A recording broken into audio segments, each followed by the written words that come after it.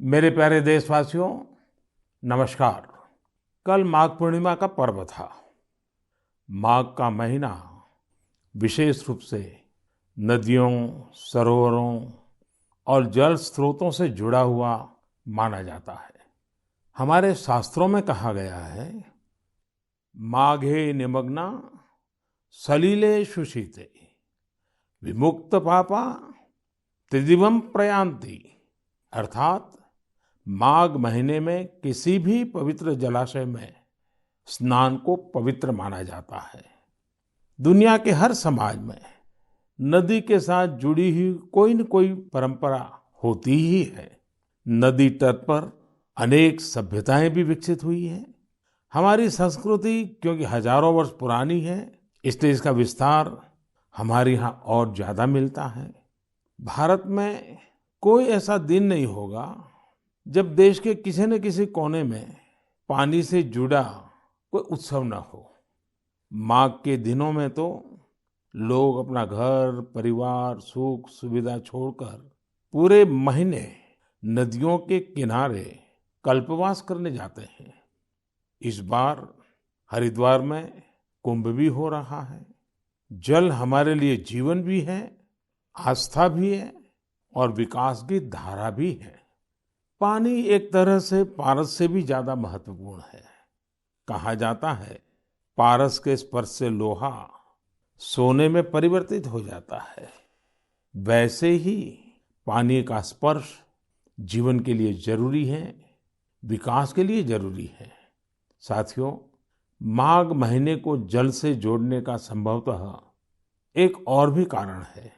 इसके बाद से ही सर्दियां खत्म हो जाती हैं और गर्मियों की दस्तक होने लगती हैं। इसलिए पानी के संरक्षण के लिए हमें अभी से ही प्रयास शुरू कर देने चाहिए। कुछ दिनों बाद मार्च महीने में ही 22 तारीख को वर्ल्ड वाटर डे भी है। मुझे यूपी की आराध्या जी ने लिखा है कि दुनिया में करोड़ों लोग अपने जीवन का बहुत बड़ा हिस्सा पानी की कमी को पूरा करने में ही लगा देते हैं। बिन पानी सब सून, ऐसे ही नहीं कहा गया है। पानी के संकट को हल करने के लिए एक बहुत ही अच्छा मैसेज पश्चिम बंगाल के उत्तर दिनाजपुर से सुजीत जी ने मुझे भेजा है। सुजीत जी ने लिखा है कि प्रकृति ने जल के रूप में हमें एक सामूहिक उपहार दिया है, इसलिए इसे बचाने की जिम्मेदारी भी सामूहिक है। ये बात सही है। जैसे सामूहिक उपहार है, वैसे ही सामूहिक उत्तरदायित्व भी है। सुजीत जी की बात बिल्कुल सही है।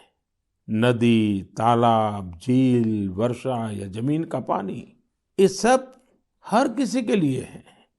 साथियों, एक समय था जब गांव में कुएं, पोखर, इनकी देखभाल सब मिलकर करते थे। अब ऐसा ही एक प्रयास तमिलनाडु के तिरुवन्नामलाई में हो रहा है। यहाँ स्थानीय लोगों ने अपने कुओं को संरक्षित करने के लिए अभियान चलाया हुआ है। ये लोग अपने इलाके में वर्षों से बंद पड़े सार्वजनिक कुओं को फिर से जीवित कर रहे हैं।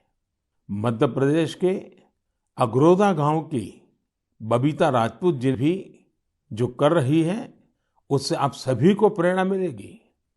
बबीता जी का गांव बुंदेलखंड में है। उनके गांव के पास कभी एक बहुत बड़ी झील थी जो सूख गई थी। उन्होंने गांव की ही दूसरी महिलाओं को साथ लिया और झील तक पानी ले जाने के लिए एक नहर बना दी। इस नहर से बारिश का पानी सीधे झील में जाने लगा। अब ये झील पानी से भरी रहती है। साथियों, उत्तराखंड के बागेश्वर में रहने वाले जगदीश कुनियाल जी का काम भी बहुत कुछ सिखाता है। जगदीश जी का गांव और आसपास का क्षेत्र पानी की जरूरतों के लिए एक प्राकृतिक स्रोत पर निर्भर था, लेकिन कई साल पहले ये स्रोत सूख गया। इससे पूरे इलाके में पानी का संकट गहराता चला गया। जगदीश जी ने इस संकट का हल वृक्षारोपण से करने की ठानी। उन्हें पूरे इलाके में गांव के लोगों के साथ मिलकर हजारों पेड़ लगाए और आज उनके इलाके का सूख चुका वो जल स्रोत फिर से भर गया है। साथियों, पानी को लेकर हमें इसी तरह अपनी सामूहिक जिम्मेदारियों को समझना होगा। भारत के ज्यादातर हिस्सों में मई जून में बारिश शुरू होती है। क्या हम अभी से अपने आसपास के जल स्रोतों की सफाई के लिए, वर्षा जल के संचयन के लिए 100 दिन का कोई अभियान शुरू कर सकते हैं? इसी सोच के साथ अब से कुछ दिन बाद जल शक्ति मंत्रालय द्वारा भी जल शक्ति अभियान कैच द रेन भी शुरू किया जा रहा है। इस अभियान का मूल मंत्र है catch the rain where it falls when it falls. हम अभी से जुटेंगे, हम पहले से जो रेन वाटर हार्वेस्टिंग सिस्टम है उन्हें दुरुस्त करवा लेंगे, गांवों में, तालाबों में, पोखरों की सफाई करवा लेंगे, जल स्रोतों तक जा रहे पानी के रास्ते की रुकावटें दूर कर लेंगे, तो ज्यादा से ज्यादा वर्षा जल का संचयन कर पाएंगे। मेरे प्यारे देशवासियों, जब भी माघ महीने और इसके आध्यात्मिक सामाजिक महत्व की चर्चा होती है तो ये चर्चा एक नाम के बिना पूरी नहीं होती। ये नाम है संत रविदास जी का। माघ पूर्णिमा के दिन ही संत रविदास जी की जयंती होती है। आज भी संत रविदास जी के शब्द, उनका ज्ञान हमारा पथ प्रदर्शन करता है। उन्होंने कहा था, एकई माटी के सब भांडे, सबका एको सृजनहार। रविदास व्यापई एकई घट भीतर, सबको एकई घड़े कुम्हार। हम सभी एक ही मिट्टी के बर्तन हैं, हम सभी को एक ने ही गढ़ा है। संत रविदास जी ने समाज में व्याप्त विकृतियों पर हमेशा खुलकर अपनी बात कही। उन्होंने इन विकृतियों को समाज के सामने रखा, उसे सुधारने की राह दिखाई। और तभी तो मीरा जी ने कहा था, गुरु मिलिया रैदास, दीनी ज्ञान की घुटकी। ये मेरा सौभाग्य है कि मैं संत रविदास जी की जन्मस्थली वाराणसी से जुड़ा हुआ हूँ। संत रविदास जी के जीवन की आध्यात्मिक ऊंचाई को और उनकी ऊर्जा को मैंने उस तीर्थ स्थल में अनुभव किया है। साथियों, रविदास जी कहते थे, करम बंधन में बंद रहियो, फल की नात जियो आस। कर्म मानुष का धर्म है, सत भाखे रविदास। अर्थात हमें निरंतर अपना कर्म करते रहना चाहिए, फिर फल तो मिलेगा ही मिलेगा। यानी कर्म से सिद्धि तो होती ही होती है। हमारे युवाओं को एक और बात संत रविदास जी से जरूर सीखनी चाहिए। युवाओं को कोई भी काम करने के लिए खुद को पुराने तौर तरीकों में बांधना नहीं चाहिए। आप अपने जीवन को खुद ही तय करिए, अपने तौर तरीके भी खुद बनाइए और अपने लक्ष्य भी खुद ही तय करिए। अगर आपका विवेक, आपका आत्मविश्वास मजबूत है तो आपको दुनिया में किसी भी चीज से डरने की जरूरत नहीं है। मैं ऐसा इसलिए कहता हूं क्योंकि कई बार हमारे युवा एक चली आ रही सोच के दबाव में वो काम नहीं कर पाते जो करना वाकई उन्हें पसंद होता है। इसलिए आपको कभी भी नया सोचने, नया करने में संकोच नहीं करना चाहिए। इसी तरह संत रविदास जी ने एक और महत्वपूर्ण संदेश दिया है। ये संदेश है अपने पैरों पर खड़ा होना। हम अपने सपनों के लिए किसी दूसरे पर निर्भर रहें, ये बिल्कुल ठीक नहीं है। जो जैसा है वैसा चलता रहे, रविदास जी कभी भी इसके पक्ष में नहीं थे। और आज हम देखते हैं कि देश का युवा भी इस सोच के पक्ष में बिल्कुल नहीं है। आज जब मैं देश के युवाओं में इनोवेटिव स्पिरिट देखता हूं तो मुझे लगता है कि हमारे युवाओं पर संत रविदास जी को जरूर गर्व होता। मेरे प्यारे देशवासियों, आज नेशनल साइंस डे भी है। आज का दिन भारत के महान वैज्ञानिक डॉक्टर सीवी रमन जी द्वारा की गई रमन इफेक्ट खोज को समर्पित है। केरल से योगेश्वरन जी ने नमो ऐप पर लिखा है कि रमन इफेक्ट की खोज ने पूरी विज्ञान की दिशा को बदल दिया था। इससे जुड़ा हुआ एक बहुत अच्छा संदेश मुझे नासिक के स्नेहिल जी ने भी भेजा है। स्नेहिल जी ने लिखा है कि हमारे देश के अनगिनत वैज्ञानिक हैं जिनके योगदान के बिना साइंस इतनी प्रगति नहीं कर सकती थी। हम जैसे दुनिया के दूसरे वैज्ञानिकों के बारे में जानते हैं, वैसे ही हमें भारत के वैज्ञानिकों के बारे में भी जानना चाहिए। मैं भी मन की बात के इन श्रोताओं की बात से सहमत हूँ। मैं जरूर चाहूंगा कि हमारे युवा भारत के वैज्ञानिक इतिहास को, हमारे वैज्ञानिकों को जाने, समझे और खूब पढ़ें। साथियों, जब हम साइंस की बात करते हैं तो कई बार इसे लोग फिजिक्स, केमिस्ट्री या फिर लैब्स तक ही सीमित कर देते हैं, लेकिन साइंस का विस्तार तो इससे कहीं ज्यादा है। और आत्मनिर्भर भारत अभियान में साइंस की शक्ति का बहुत योगदान भी है। हमें साइंस को लैब टू लैंड के मंत्र के साथ आगे बढ़ाना होगा। उदाहरण के तौर पर हैदराबाद के चिंतला वेंकट रेड्डी जी हैं। रेड्डी जी के एक डॉक्टर मित्र ने उन्हें एक बार विटामिन डी की कमी से होने वाली बीमारियां और उसके खतरों के बारे में बताया। रेड्डी जी किसान हैं। उन्होंने सोचा कि वो इस समस्या के समाधान के लिए क्या कर सकते हैं। इसके बाद उन्होंने मेहनत की और गेहूं, चावल की ऐसी प्रजातियों को विकसित की जो खास तौर पर विटामिन डी से युक्त है। इसी महीने उन्हें World Intellectual Property Organization Geneva से पेटेंट भी मिली है। ये हमारी सरकार का सौभाग्य है कि वेंकट रेड्डी जी को पिछले साल पद्मश्री से भी सम्मानित किया था। ऐसे ही बहुत इनोवेटिव तरीके से लद्दाख के उरगेन फुत्सौग भी काम कर रहे हैं। उरगेन जी इतनी ऊंचाई पर ऑर्गेनिक तरीके से खेती करके करीब 20 फसलें उगा रहे हैं, वो भी साइक्लिक तरीके से।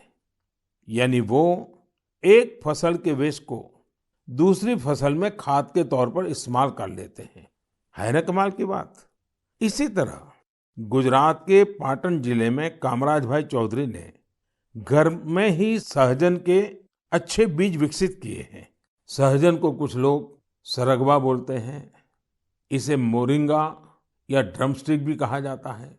अच्छे बीजों की मदद से जो सहजन पैदा होता है उसकी क्वालिटी भी अच्छी होती है।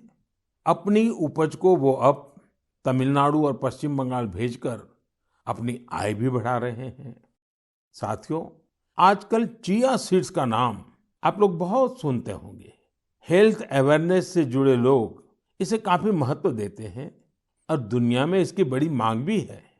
भारत में इसे ज्यादातर बाहर से मंगाते हैं, लेकिन अब चिया सीड्स में आत्मनिर्भरता का बीड़ा भी लोग उठा रहे हैं। ऐसे ही यूपी के बाराबंकी में हरिश्चंद्र जी ने चिया सीड्स की खेती शुरू की है। चिया सीड्स की खेती उनकी आय भी बढ़ाएगी और आत्मनिर्भर भारत अभियान में मदद भी करेगी। साथियों, एग्रीकल्चर वेस्ट से वेल्थ क्रिएट करने के भी कई प्रयोग देश भर में सफलतापूर्वक चल रहे हैं। जैसे मदुरई के मुरुगेसन जी ने केले के वेस्ट से रस्सी बनाने की एक मशीन बनाई है। मुरुगेसन जी के इस इनोवेशन से पर्यावरण और गंदगी का भी समाधान होगा और किसानों के लिए अतिरिक्त आय का रास्ता भी बनेगा। साथियों, मन की बात के श्रोताओं को इतने सारे लोगों के बारे में बताने का मेरा मकसद यही है कि हम सभी इनसे प्रेरणा लें। जब देश का हर नागरिक अपने जीवन में विज्ञान का विस्तार करेगा, हर क्षेत्र में करेगा, तो प्रगति के रास्ते भी खुलेंगे और देश आत्मनिर्भर भी बनेगा।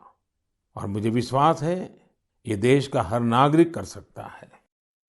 मेरे प्यारे साथियों, कोलकाता के रंजन जी ने अपने पत्र में बहुत ही दिलचस्प और बुनियादी सवाल पूछा है और साथ ही बेहतरीन तरीके से उसका जवाब भी देने की कोशिश की है।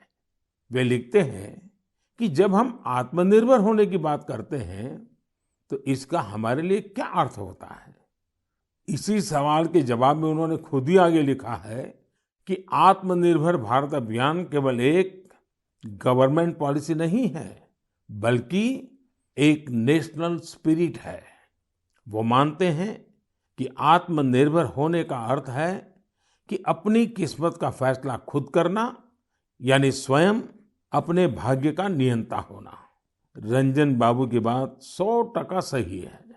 उनकी बात को आगे बढ़ाते हुए मैं ये भी कहूंगा कि आत्मनिर्भरता की पहली शर्त होती है अपने देश की चीजों पर गर्व होना, अपने देश के लोगों द्वारा बनाई वस्तुओं पर गर्व होना।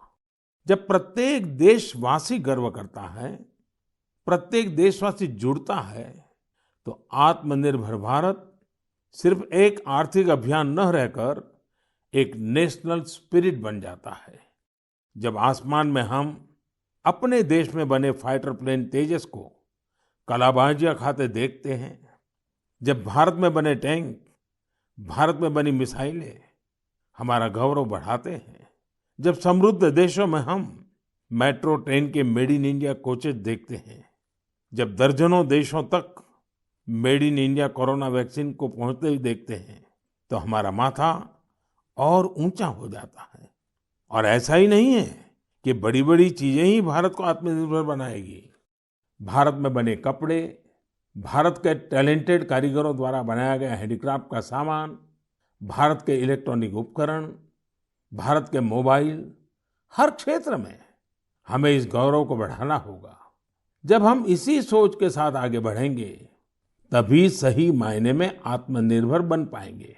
और साथियों, मुझे खुशी है कि आत्मनिर्भर भारत का ये मंत्र देश के गांव-गांव में पहुंच रहा है।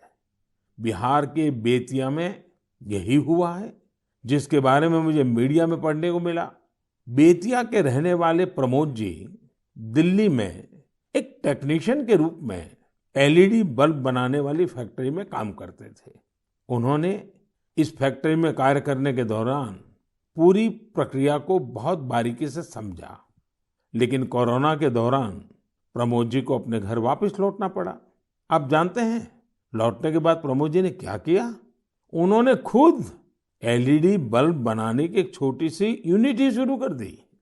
उन्होंने अपने क्षेत्र के कुछ युवाओं को साथ लिया और कुछ ही महीनों में फैक्ट्री वर्कर से लेकर फैक्ट्री ओनर बनने तक का सफर पूरा कर दिया, वह भी अपने ही घर में रहते हुए। एक और उदाहरण है यूपी के गढ़मुक्तेश्वर का। गढ़मुक्तेश्वर से श्रीमान संतोष जी ने लिखा है कि कैसे कोरोना काल में उन्होंने आपदा को अवसर में बदला। संतोष जी के पुरखे शानदार कारीगर थे, चटाई बनाने का काम करते थे। कोरोना के समय जब बाकी काम रुके, तो इन लोगों ने बड़ी ऊर्जा और उत्साह के साथ चटाई बनाना शुरू किया। जल्द ही उन्हें न केवल उत्तर प्रदेश बल्कि दूसरे राज्यों से भी चटाई के ऑर्डर मिलने शुरू हो गए। संतोष जी ने यह भी बताया है, इससे इस क्षेत्र की सैकड़ों साल पुरानी खूबसूरत कला को भी एक नई ताकत मिली है। साथियों, देश भर में ऐसे कई उदाहरण हैं जहां लोग आत्मनिर्भर भारत अभियान में इसी तरह अपना योगदान दे रहे हैं। आज यह एक भाव बन चुका है जो आम जनों के दिलों में प्रवाहित हो रहा है। मेरे प्यारे देशवासियों, मैंने नमो ऐप पर गुड़गांव निवासी मयूर की एक इंटरेस्टिंग पोस्ट देखी। वे पैशनेट बर्ड वॉचर और नेचर लवर है। मयूर जी ने लिखा है कि मैं तो हरियाणा में रहता हूँ, लेकिन मैं चाहता हूँ कि आप असम के लोगों और विशेष रूप से काजीरंगा के लोगों की चर्चा करें। मुझे लगा कि मयूर जी राइनोज के बारे में बात करेंगे, जिन्हें वहाँ का गौरव कहा जाता है। लेकिन मयूर जी ने काजीरंगा में वाटरफाउल्स की संख्या में हुई बढ़ोतरी को लेकर असम के लोगों की सराहना के लिए कहा है। मैं ढूंढ रहा था कि हम वाटरफाउल्स को साधारण शब्दों में क्या कह सकते हैं, तो एक शब्द मिला, जल पक्षी। ऐसे पक्षी जिनका बसेरा पेड़ों पर नहीं पानी पर होता है, जैसे बतख वगैरह। Kaziranga national park and tiger reserve authority कुछ समय से एनुअल वाटरफाउल सेंसस करती आ रही है। इस सेंसस से जल पक्षियों की संख्या का पता चलता है और उनके पसंदीदा हैबिटेट की जानकारी मिलती है। अभी 2-3 सप्ताह पहले ही सर्वे फिर हुआ है। आपको भी ये जानकर खुशी होगी कि इस बार जल पक्षियों की संख्या पिछले वर्ष की तुलना में करीब 175% ज्यादा आई है। इस सेंसस के दौरान काजीरंगा नेशनल पार्क में बर्ड्स की कुल 112 स्पीशीज को देखा गया है। इनमें से 58 स्पीशीज यूरोप, सेंट्रल एशिया और ईस्ट एशिया सहित दुनिया के विभिन्न हिस्सों से आए विंटर माइग्रेंट्स है। इसका सबसे महत्वपूर्ण कारण यह है कि यहाँ बेहतर वाटर कंजर्वेशन होने के साथ ह्यूमन इंटरफेरेंस बहुत कम है। वैसे कुछ मामलों में पॉजिटिव ह्यूमन इंटरफेरेंस भी बहुत महत्वपूर्ण होता है। असम के श्री जादव पायेंग को ही देख लीजिए। आप में से कुछ लोग उनके बारे में जरूर जानते होंगे।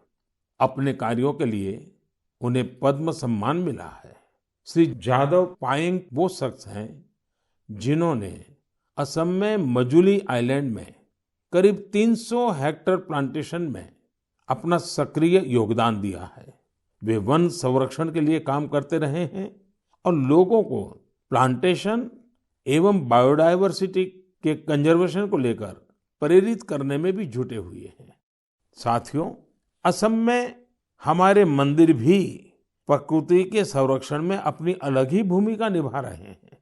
यदि आप हमारे मंदिरों को देखेंगे तो पाएंगे कि हर मंदिर के पास तालाब होता है। हजो स्थित हयाग्रीव मधेब मंदिर, सोनितपुर के नागशंकर मंदिर और गुवाहाटी में स्थित उग्रतारा टेम्पल के पास इस प्रकार के कई तालाब हैं। इनका उपयोग विलुप्त होते कछुओं की प्रजातियों को बचाने के लिए किया जा रहा है। असम में कछुओं की सबसे अधिक प्रजातियां पाई जाती हैं। मंदिरों के ये तालाब कछुओं के संरक्षण, प्रजनन और उनके बारे में प्रशिक्षण के लिए एक बेहतरीन स्थल बन सकते हैं। मेरे प्यारे देशवासियों, कुछ लोग समझते हैं कि इनोवेशन करने के लिए आपका साइंटिस्ट होना जरूरी है। कुछ सोचते हैं कि दूसरों को कुछ सिखाने के लिए आपका टीचर होना जरूरी है। इस सोच को चुनौती देने वाले व्यक्ति हमेशा सराहनीय होते हैं। अब जैसे क्या कोई किसी को सोल्जर बनने के लिए प्रशिक्षित करता है तो क्या उसको सैनिक होना जरूरी है? आप सोच रहे होंगे कि हाँ, जरूरी है। लेकिन यहाँ थोड़ा सा ट्विस्ट है। माईगॉव पर कमलकांत जी ने मीडिया की एक रिपोर्ट साझा की है जो कुछ अलग बात कहती है। ओडिशा में अराखुड़ा में एक सज्जन है नायक सर। वैसे तो इनका नाम सिलू नायक है, पर सब उन्हें नायक सर ही बुलाते हैं। दरअसल वे मैन ऑन अ मिशन है। वह उन युवाओं को मुफ्त में प्रशिक्षित करते हैं जो सेना में शामिल होना चाहते हैं। नायक सर के ऑर्गेनाइजेशन का नाम महागुरु बटालियन है। इसमें फिजिकल फिटनेस से लेकर इंटरव्यूज तक और राइटिंग से लेकर ट्रेनिंग तक इन सभी पहलुओं के बारे में बताया जाता है।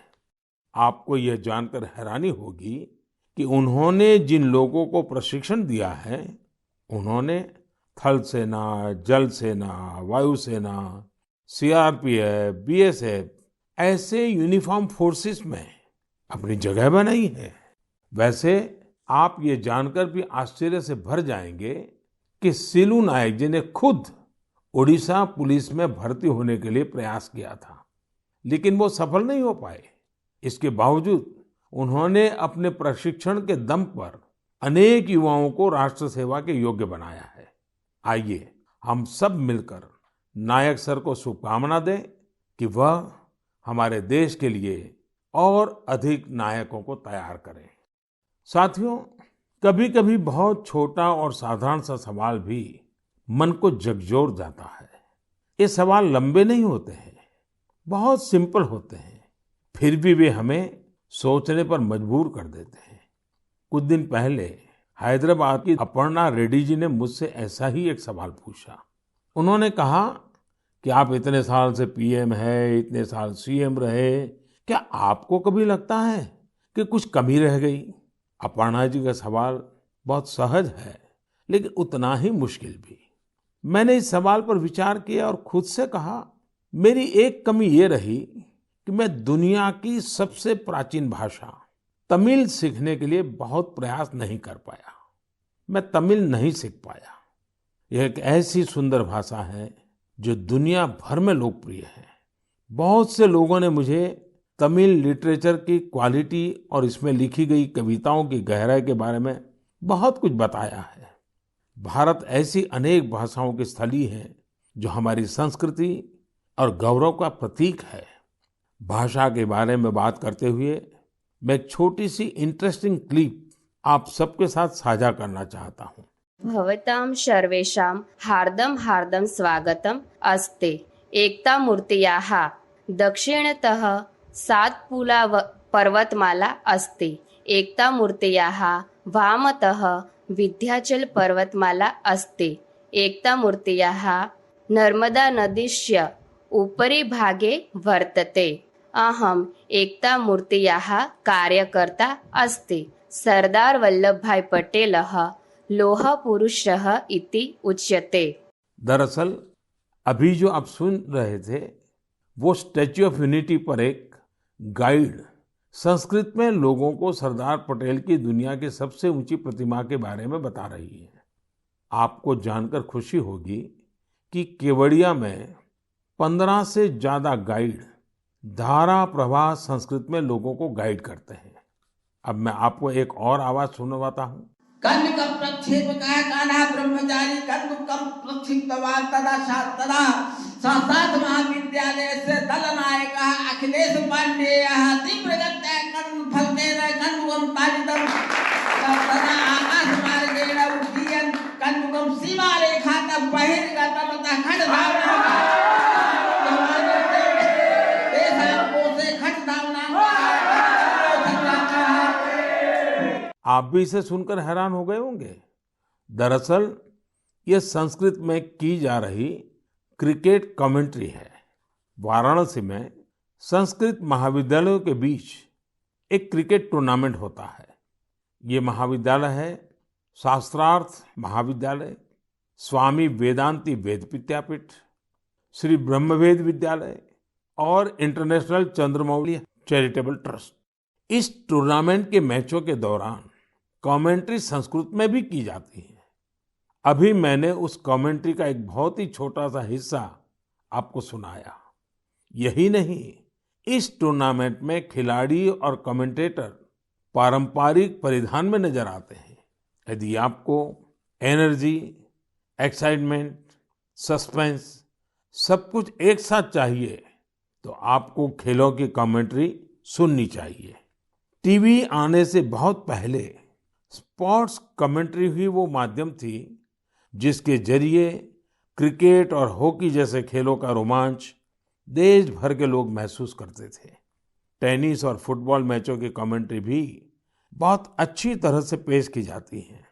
हमने देखा है कि जिन खेलों में कमेंट्री समृद्ध है उनका प्रचार प्रसार बहुत तेजी से होता है।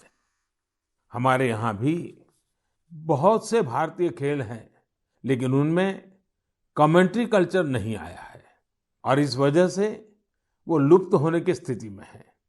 मेरे मन में एक विचार है, क्यों न अलग अलग स्पोर्ट्स और विशेषकर भारतीय खेलों की अच्छी कमेंट्री अधिक से अधिक भाषाओं में हो।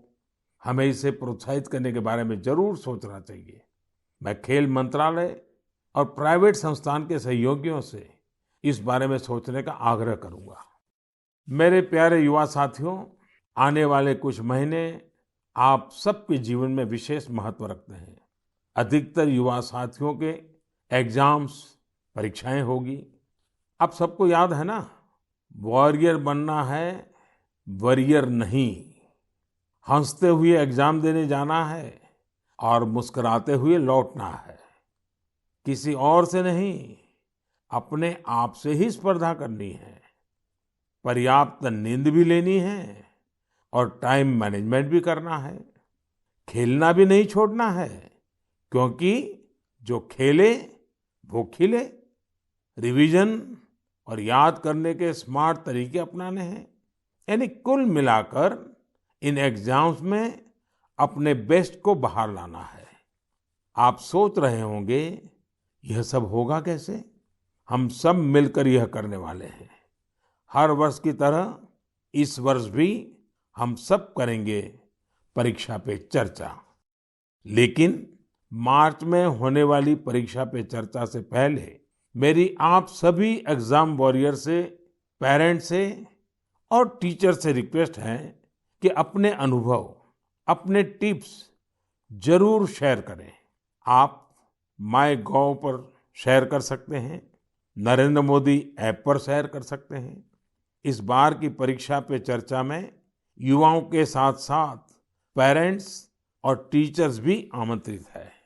कैसे पार्टिसिपेट करना है, कैसे प्राइज जीतने हैं, कैसे मेरे साथ डिस्कशन का अवसर पाना है, ये सारी जानकारियां आपको माय गॉव पर मिलेगी। अब तक 1 लाख से अधिक विद्यार्थी, करीब 40,000 पेरेंट्स और तकरीबन 10,000 टीचर भाग ले चुके हैं। आप भी आज ही पार्टिसिपेट कीजिए। इस कोरोना के समय में मैंने कुछ समय निकालकर एग्जाम वॉरियर बुक में भी कई नए मंत्र जोड़ दिए हैं। अब इसमें पेरेंट्स के लिए भी कुछ मंत्र ऐड किए गए हैं। इन मंत्रों से जुड़ी ढेर सारी interesting activities Narendra Modi app पर दी हुई है, जो आपके अंदर के एग्जाम वॉरियर को इग्नाइट करने में मदद करेगी। आप इनको जरूर ट्राई करके देखिए। सभी युवा साथियों को आने वाली परीक्षाओं के लिए बहुत बहुत शुभकामनाएं। मेरे प्यारे देशवासियों, मार्च का महीना हमारे फाइनेंशियल ईयर का आखिरी महीना भी होता है। इसलिए आप में से बहुत से लोगों के लिए काफी व्यस्तता भी रहेगी। अब जिस तरह से देश में आर्थिक गतिविधियां तेज हो रही हैं, उससे हमारे व्यापारी और उद्यमी साथियों की व्यस्तता भी बहुत बढ़ रही है। इन सारे कार्यों के बीच हमें कोरोना से सावधानी कम नहीं करनी है। आप सब स्वस्थ रहेंगे, खुश रहेंगे, कर्तव्य पथ पर डटे रहेंगे तो देश तेजी से आगे बढ़ता रहेगा। आप सभी को त्योहारों की अग्रिम शुभकामनाएं। साथ साथ कोरोना के संबंध में जो भी नियमों का पालन करना है, उसमें कोई ढिलाई नहीं आनी चाहिए। बहुत बहुत धन्यवाद।